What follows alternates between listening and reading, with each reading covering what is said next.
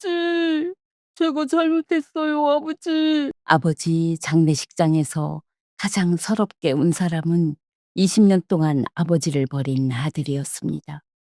3년 전 아버지 팔순에 한 번만 와달라는 제 전화에 오빠는 이렇게 말하고 끊었습니다.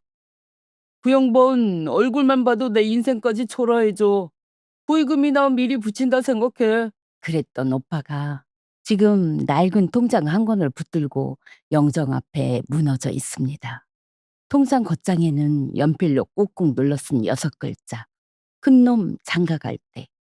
평생 지게 하나로 살다 가신 아버지가 남긴 통장이었습니다. 그 첫 장을 펼친 순간 저도 오빠 옆에 주저앉고 말았습니다. 안녕하세요. 저는 올해 62, 서울 변두리에서 작은 반찬 가게를 하는 딸입니다. 단골 손님들은 제 손맛이 좋다고들 하시지만 사실 그 손맛은 평생 지게를 지신 제 아버지한테서 왔습니다. 이 이야기를 하려면 50년 전 여름 역전 청가시장 뒷골목으로 돌아가야 합니다. 제가 10살이던 1970년대 중반, 우리 식구는 시장 뒷골목방 2칸짜리 슬레이트 집에 살았습니다. 아버지는 그 시장에서 지게를 지셨습니다. 말이 좋아 운반일이지 남의 짐을 등으로 나르는 지게꾼이었습니다. 새벽 4시면 어김없이 마루가 삐걱하고 울었습니다. 아버지 일 나가시는 소리였습니다. 부엌에서는 어머니가 꽁보리밥에 된장 한 덩이 얹은 도시락을 쌌고 저는 이불 속에서 아버지 고무신 끄는 소리가 골목 끝으로 사라질 때까지 길을 세우고 있었습니다. 여름 저녁 일을 마치고 돌아온 아버지 런닝구에는 하얀 소금꽃이 피어 있었습니다. 어린 제가 신기해서 손가락으로 문지르면 어머니가 제 등짝을 치며 그러셨습니다. 만지지 마라. 저게 다 네 아버지 땀이 말라붙은 거다. 멜빵이 닿는 아버지 어깨에는 굳은 살이 박혀 있었습니다. 제가 만져보면 아버지는 웃으셨습니다. 아버지 어깨는 원래 돌베개보다 딱딱한 거요. 가난했지만 아버지는 반듯한 분이셨습니다. 시장 바닥에 참외가 굴러다녀도 줍는 법이 없었고 품삯을 더 쳐주면 일한 만큼만 받겠다며 기어이 돌려드리는 분이었습니다. 과유전 어르신들은 그러셨답니다. 짐은 김 씨한테 맡겨야 돼. 지게꾼도 신용이 미천인 걸 아는 사람이야. 어머니는 시장어기에서 콩나물 좌판을 하셨습니다. 두 분이 그렇게 뼈 빠지게 벌어도 우리 집에는 늘 돈이 없었습니다. 그런데 이상하게도 저는 여름만 되면 우리 집이 가난하다는 걸 잊었습니다. 수박 때문이었습니다. 수복 무렵이면 아버지 지게후에 수박이 얹혀오는 날이 있었습니다. 금이 가거나 한쪽이 깨져서 못 파는 놈, 그 시절 말로 파치였습니다. 과일전 주인이 김씨 이거 버릴 건데 가져가 하면 아버지는 그냥은 받는 법이 없었습니다. 꼭 짐 한 번을 공으로 더 져다 드리고 나서야 그 깨진 수박을 지게에 얹었습니다. 아버지가 수박을 쥐고 골목에 들어서면 동네 아이들이 참새떼처럼 뒤를 따라왔습니다. 마당 작두샘에서 찬물을 길어 고무대야에 붓고 수박을 반나절 담가둡니다. 해가 넘어가면 평상을 닦고 마른 쑥으로 모깃불을 피웠습니다. 어머니가 부엌칼을 들고 나오면 온 식구 목젖이 꼴깍 소리를 냈습니다. 쩍 수박 갈라지는 그 소리를 저는 60이 넘은 지금도 잊지 못합니다. 금간 수박인데 속은 어쩜 그리 벌겋게 꿀이 들었는지요. 아버지는 그러셨습니다. 금간 놈이 원래 속이 더 잘 익는 법이요. 사람도 그렇고. 붉은 소금을 살짝 뿌려서 제일 크고 뿔든 가운데 토막은 오빠 목, 그 다음은 제 목, 어머니가 그 다음이었습니다. 아버지는 늘 꼭지 쪽 무르고 깨진 언저리만 잡수셨습니다. 제가 가운데 토막을 내밀면 손사래를 치셨습니다. 깨진 놈이 더 달아. 아버지는 이게 좋아.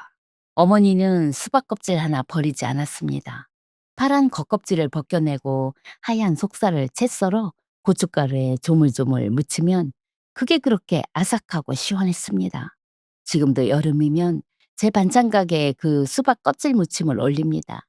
단골 어르신들이 그러십니다.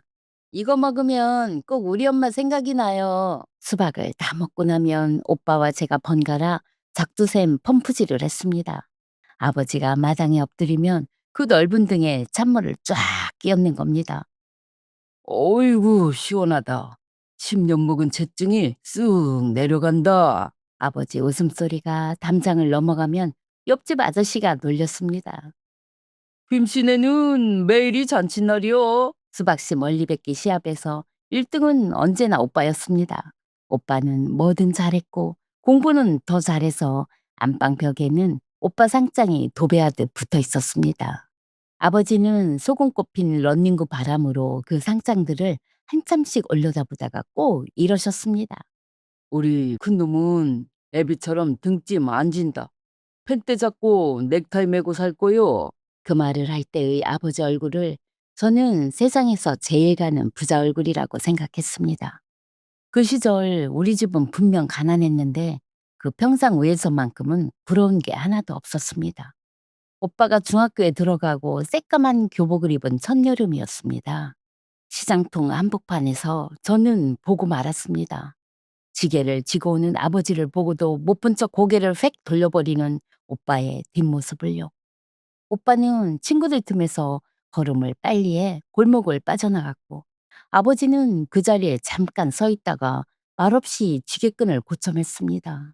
그날 저녁에도 평상 위에는 수박이 올라와 있었습니다. 아버지는 낮에 시장에서 있었던 일을 아는지 모르는지 제일 크고 꿀등 가운데 토막을 오빠 앞으로 밀어 놓으셨습니다. 우리 큰놈, 오늘따라 왜 이리 조용해요? 어여 먹어. 오빠는 한참을 고개를 숙이고 있다가 그 수박을 탁 쳐냈습니다. 벌건 속살이 마당 흙바닥에 떨어져 굴렀습니다. 엄무구, 지긋지긋해 이놈의 깨진 수박. 어머니가 벌떡 일어났습니다. 이놈의 자식이 이게 뭐 하는 짓이여? 그때 오빠 입에서 그 말이 터져 나왔습니다. 오늘 애들이 다 봤단 말이야. 아버지가 남의 쌀가마니 지고 뒤뚱거리는 거. 창피해. 창피해 죽겠다고. 왜 하필 우리 아버지는 지게꾼이냐고. 매미 소리만 남고 평상이 조용해졌습니다. 어머니가 손을 지켜들자 아버지가 그 손목을 잡았습니다.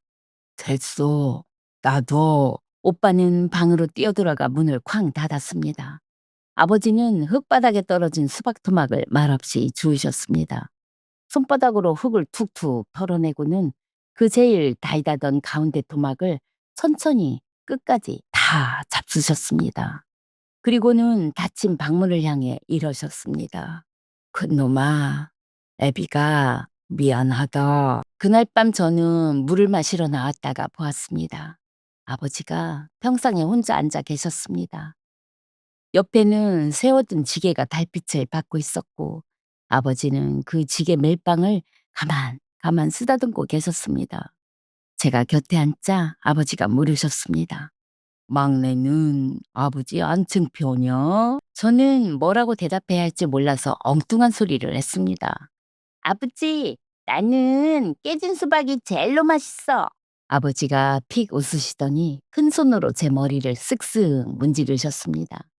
소금기 밴 손에서 시장 냄새가 났습니다. 그려. 우리 막내가 아버지 새끼요. 그 여름 뒤로 오빠는 평상에 잘 나오지 않았습니다. 수박씨 뱉기 시합도 등목 펌프질도 자연스레 저 혼자 몫이 되었습니다. 오빠는 밥도 방에서 따로 먹는 날이 많아졌고 하루 종일 책상 앞에만 붙어 있었습니다. 어머니는 사춘기라 그런다고 했지만 오빠 책상 머리에는 꾹꾹 눌러 쓴 글씨로 이렇게 붙어 있었습니다. 여기를 떠나자. 몇 해가 지나 오빠 고등학교 졸업식 날이었습니다. 아버지는 그날 처음으로 지게를 세워두고 반나절을 쉬셨습니다.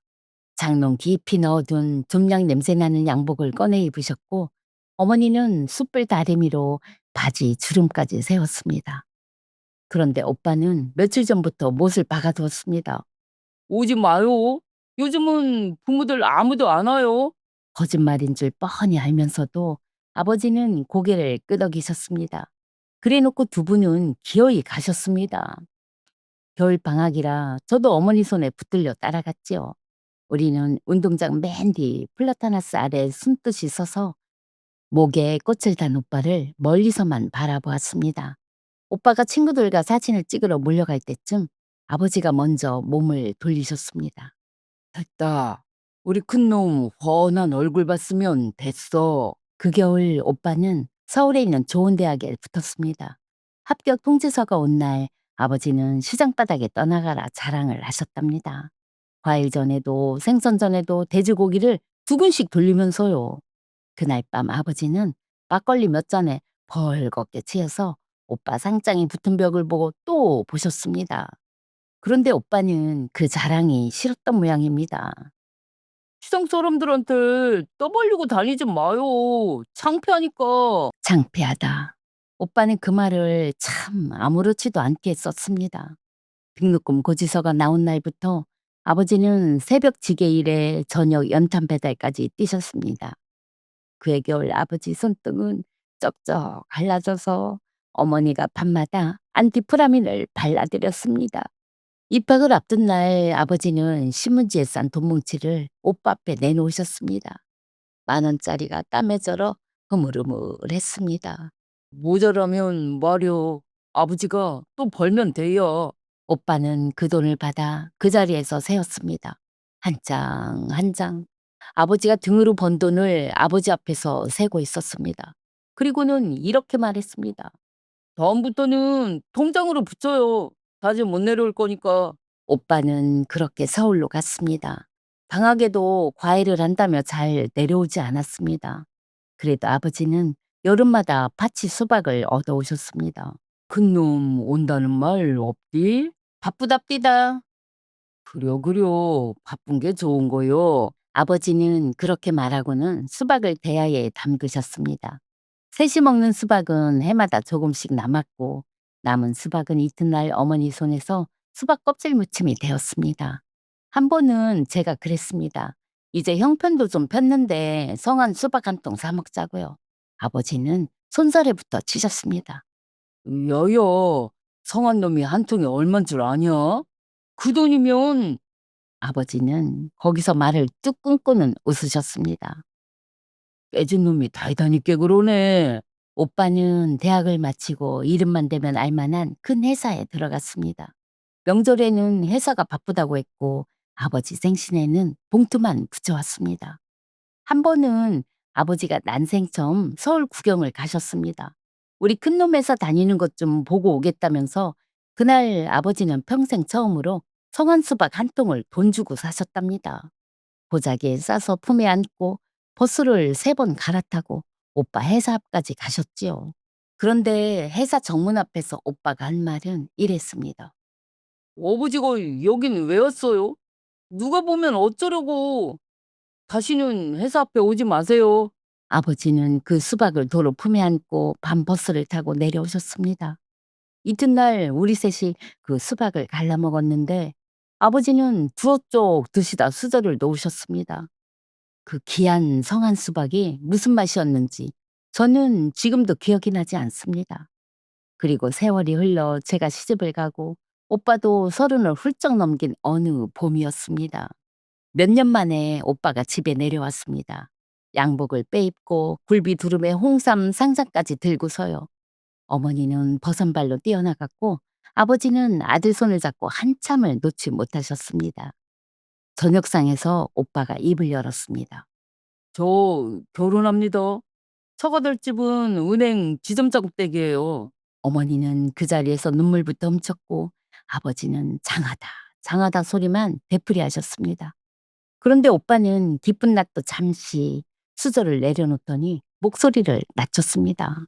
그런데 상견례 전에 두 분이 꼭 약속해 주셔야 할 게 하나 있어요.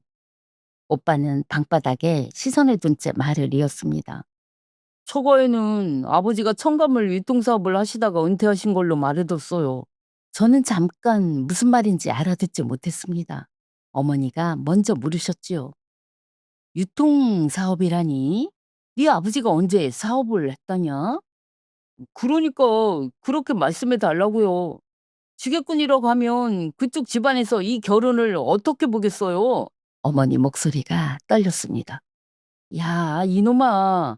네 아버지가 도둑질을 했냐, 사기를 쳤냐? 그 지게로 니를 대학까지 보냈는디? 그때 아버지가 어머니 무릎을 지그시 누르셨습니다.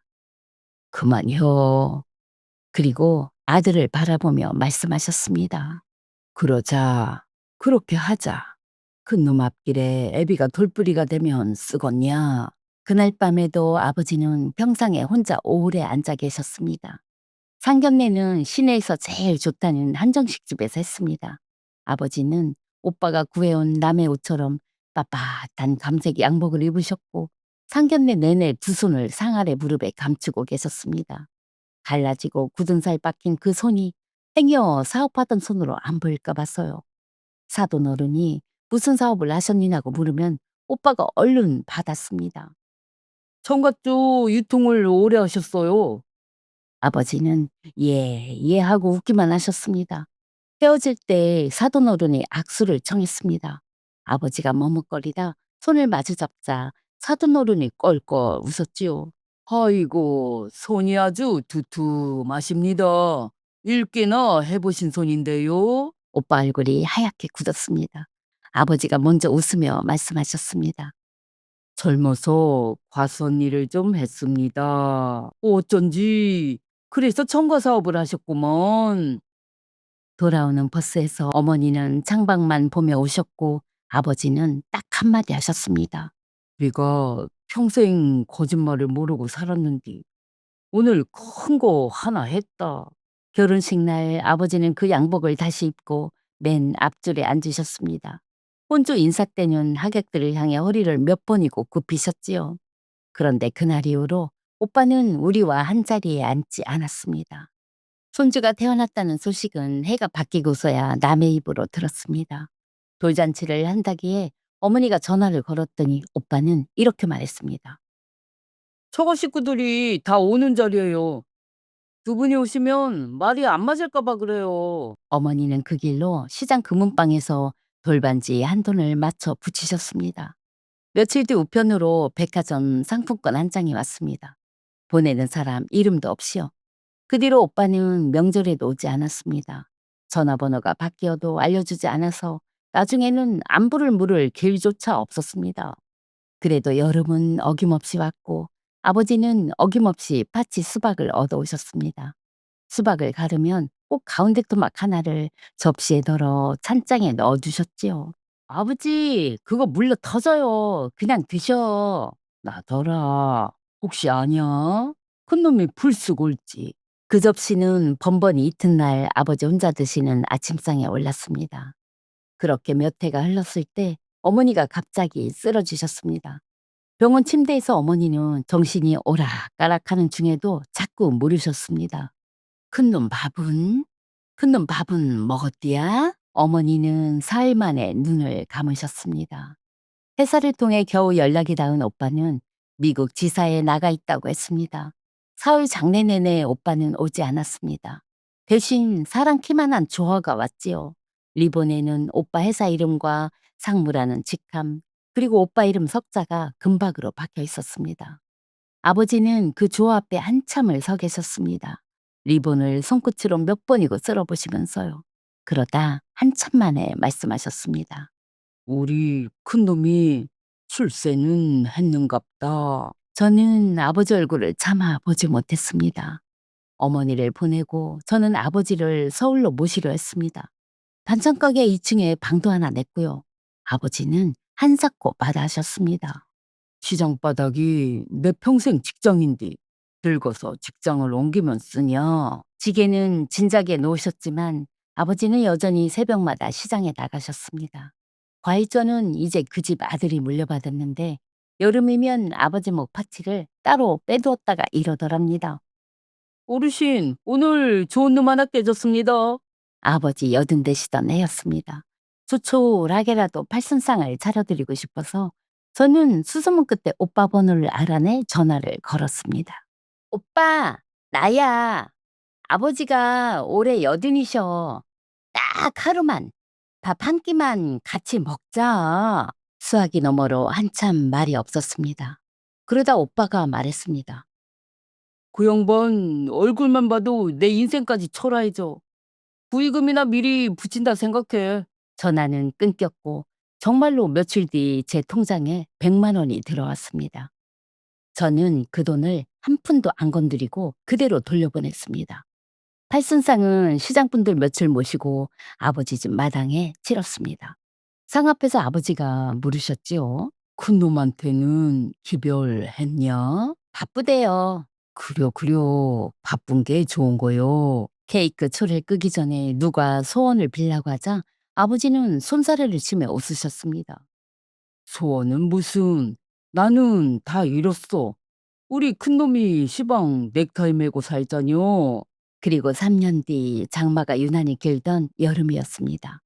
새벽에 과일전 시장한테서 전화가 왔습니다. 아버지가 시장에 안 나오셔서 집에 가봤다고요. 아버지는 평상 위에 반드시 누워 계셨답니다. 꼭 주무시는 것처럼요. 마당 고무대야에는 그날 새벽 얻어오셨는지 파치수박 한 통이 둥둥 떠 있었습니다. 부구를 듣고 내려가는 길 내내 비가 쏟아졌습니다. 빈소는 장례식장에서 제일 작은 방으로 잡았습니다. 아버지가 평생 그러셨을 것 같아서요. 그런데 그 작은 빈소가 첫날부터 미어졌습니다. 전부 시장 사람들이었습니다. 과일전 사장은 사흘 내내 제 옆에 서서 상주 노릇을 했고 생선전 아주머니들은 누가 시키지도 않았는데 부엌을 도맡았습니다. 다들 입을 모아 그러셨지요.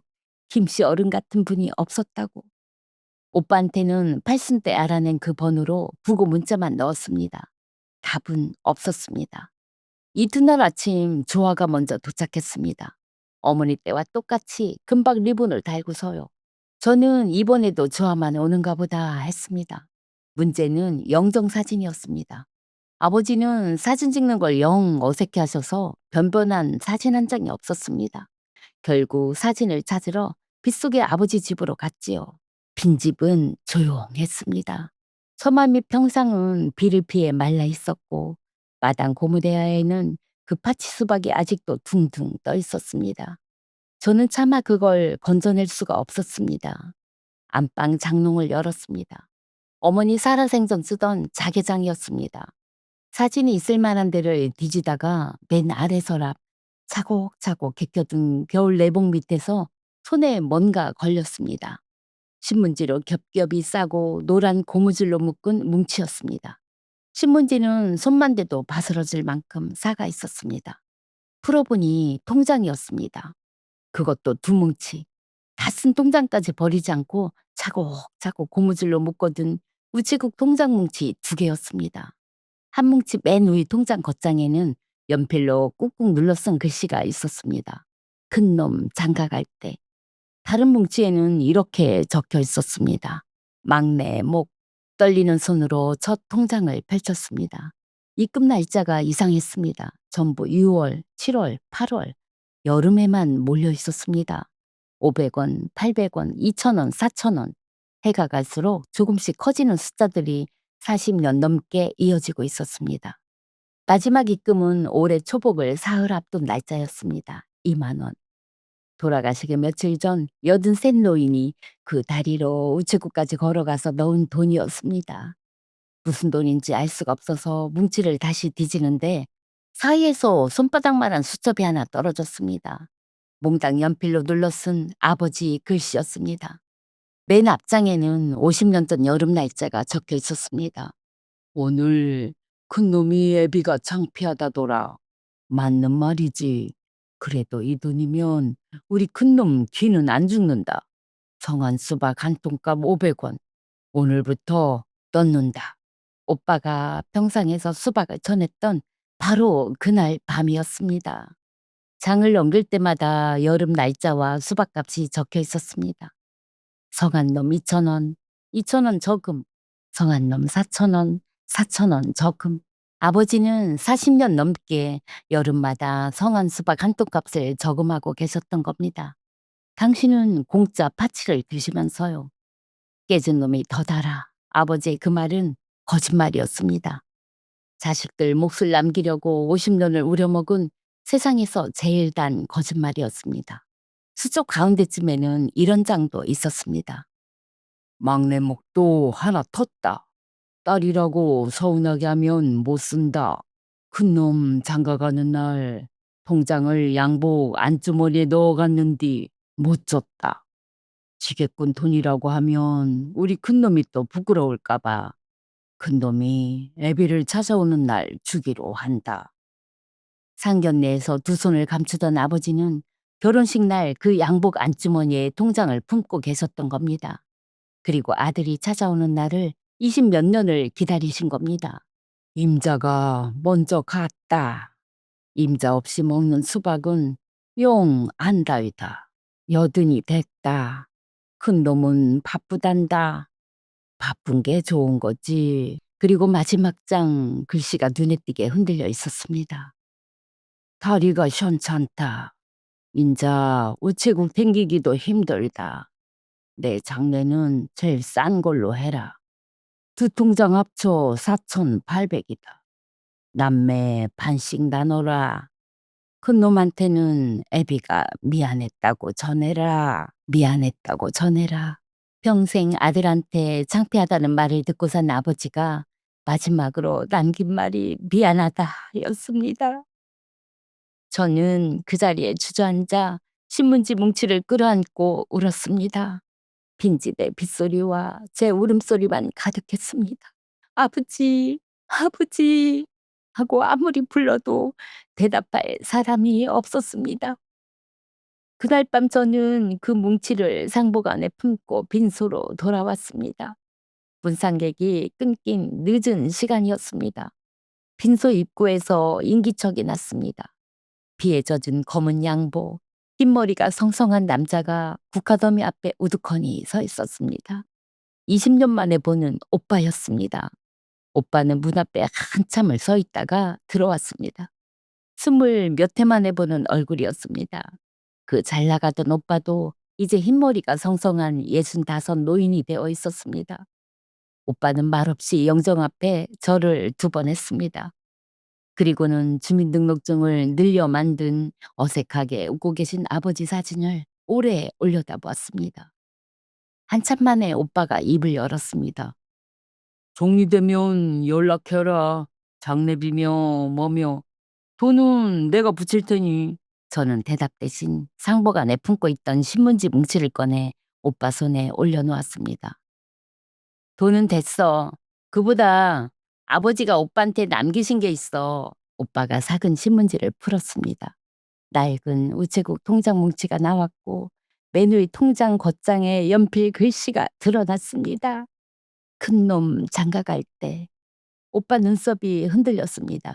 통장을 펼치자 여름에만 찍힌 입금 내역이 끝도 없이 이어졌습니다. 500원, 800원, 2,000원, 4,000원. 이게 뭐야? 목소리가 떨리고 있었습니다. 저는 수첩을 내밀었습니다. 첫 장부터 읽어봐. 오빠가 수첩을 펼쳤습니다. 50년 전 여름 날짜 그리고 몽당 연필 글씨. 오늘 큰놈이 애비가 창피하다더라. 맞는 말이지.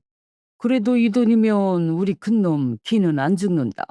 성한 수박 한 통값 500원 오늘부터 넣는다. 오빠는 한참을 꼼짝도 하지 않았습니다. 그러다 겨우 나온 첫 마디가 이거였습니다.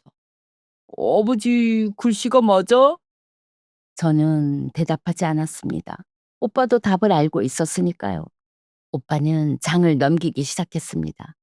성한 놈 2,000원, 2,000원 저금, 성한 놈 4,000원, 4,000원 저금. 장을 넘기는 손이 갈수록 느려졌습니다. 큰놈 장가가는 날 통장을 품고 갔다가 못 줬다는 대목에서 오빠 손이 저도 모르게 제 양복 안주머니께를 더듬었습니다.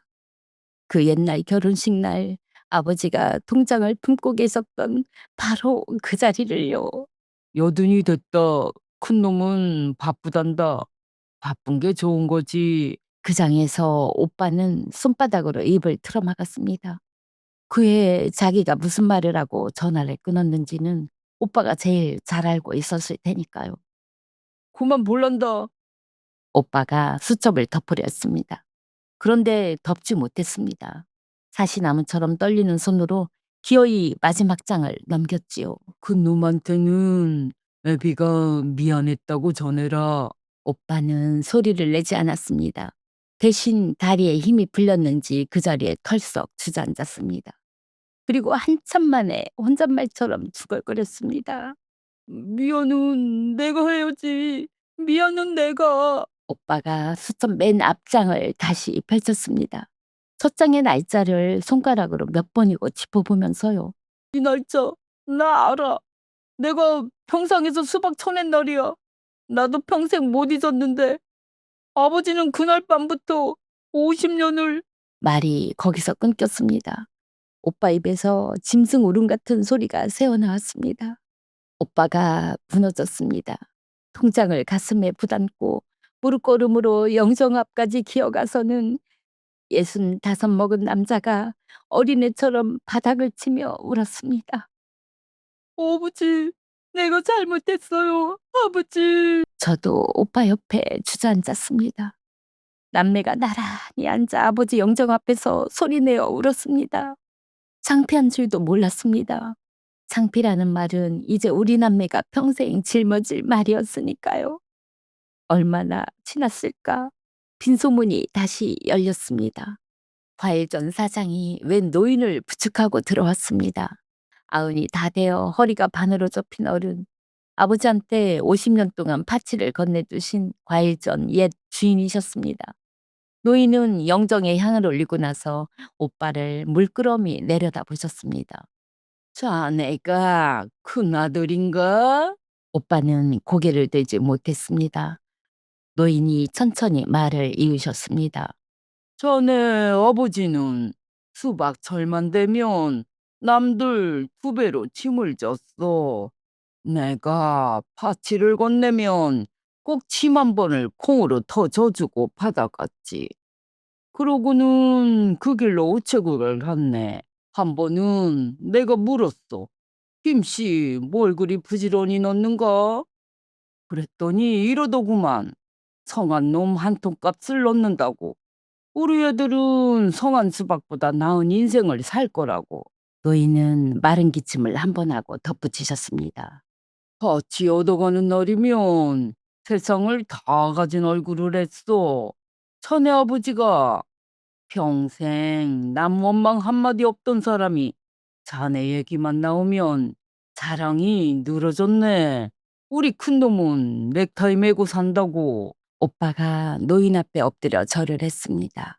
노인은 오빠 등을 몇 번 들어주셨습니다. 인자 알았으면 됐네. 산 사람은 알면 되는겨. 이튿날 아침 그 길던 장마가 거짓말처럼 겠습니다. 발인에는 시장 사람들이 아버지 관을 맺습니다. 평생 남의 집만 등에 지고 산 아버지가 마지막 길에는 처음으로 남의 등에 지워져 가셨습니다. 장례를 마치고 오빠와 둘이 아버지 집에 갔습니다. 마당 고무대야에는 그 파치 수박이 그대로 떠 있었습니다. 아버지가 이 세상에서 마지막으로 얻어오신 수박이었습니다. 오빠가 말없이 그 수박을 건져 올려 평상에 놓았고 저는 부엌에서 어머니가 쓰시던 칼을 가져왔습니다. 50년 전과 똑같은 소리가 났습니다. 금간놈인데 속은 벌겋게 꿀이 들어 있었습니다. 오빠는 꽁찌쪽 무르고 깨진 언저리를 집어들더니 꿀든 가운데 토막을 제 앞으로 밀어놓았습니다. 네가 가운데 먹어라. 오빠가 먹어. 됐다. 깨진 놈이 더 다이다졌냐. 오빠는 무른 데를 한 입 베어물고 한참을 씹었습니다. 그러더니 울음인지 웃음인지 모를 소리로 말했습니다. 달다. 참 달다. 그 길로 오빠는 우체국에 들러 아버지 통장에 2만 원을 넣었습니다. 아버지가 미처 넣지 못하고 가신 마지막 수박값이었습니다. 4,800만 원에는 남매 둘 다 손대지 않기로 했습니다. 대신 해마다 복날이면 아버지 이름으로 시장에 수박을 돌리기로 했지요. 짐꾼들 쉼터에는 제일 크고 성한 놈으로만 골라서요. 올해 첫 수박을 돌리던 날 오빠는 수박 상자를 직접 등에 지고 시장 골목을 걸었습니다. 지게꾼 김씨 아들이라고 이제는 제 입으로 말하고 다니면서요. 그리고 이번 초복에는 오빠와 함께 아버지 산소에 다녀왔습니다. 제일 크고 성한 수박 한 통을 상석에 올리고 절을 했습니다. 오빠가 수박을 쩍 갈라 반은 산소 앞에 놓고 반은 둘이 나눠 먹었습니다. 오빠가 한참을 씹다가 그랬습니다. 이상하네. 성한 놈인데 어릴 적 아버지가 주던 깨진 놈만 못하네. 저도 그랬습니다. 세상에서 제일 단 수박은 돈 주고 사는 게 아니었던 겁니다. 요즘도 저는 여름이면 시장에서 일부러 금간 수박을 찾습니다. 손주들한테 꿀든 가운데 토막을 밀어주다 보면 저도 모르게 그 말이 나옵니다. 깨진 놈이 더 달아. 할미는 이게 좋아. 부모의 사랑은 늘 제일 못난 것을 제 몫으로 남기고 제일 좋은 것을 자식 앞으로 밀어놓는가 봅니다. 부모님이 계신 분들은 부디 늦기 전에 전화 한 통 하시라고 저는 이 사연을 띄웁니다. 긴 이야기 들어주셔서 감사합니다. 사연 잘 들으셨어요? 엄마는 오늘도 안경을 벗어야겠네요. 여러분, 우리 어릴 적 밥상에도 다 깨진 수박이 하나씩 있었지요. 어느 집은 생선 대가리였고, 어느 집은 닭 모가지였고, 어느 집은 식은 밥이었을 겁니다. 맛있어서 드신 게 아니라는 걸 우리는 왜 꼭 한참 지나서야 알게 될까요? 부모님이 살아계신 분들은 오늘 꼭 전화 한 통 드리세요. 별말 안 하셔도 됩니다. 밥 드셨냐? 그 한마디면 부모는 사흘이 배부릅니다. 가는 길에 수박 한 통 사들고 가시면 더 좋고요. 이미 하늘로 보내드린 분들은 오늘 밤 마음속으로 한마디만 하세요. 그때 그 깨진 수박 참 잘 먹었다고요. 여러분 집에 깨진 수박은 무엇이었는지 댓글로 들려주세요. 사시는 지역이랑 같이 남겨주시면 이 엄마가 밤에 하나하나 읽어보겠습니다. 구독은 친정 대문 열어두는 일이니 마음 시릴 때 언제든 다녀가시고요. 복도에 끼니 거르지 마세요. 저는 다음 사연으로 또 찾아뵐게요. 여러분의 친정 엄마였습니다. 감사합니다.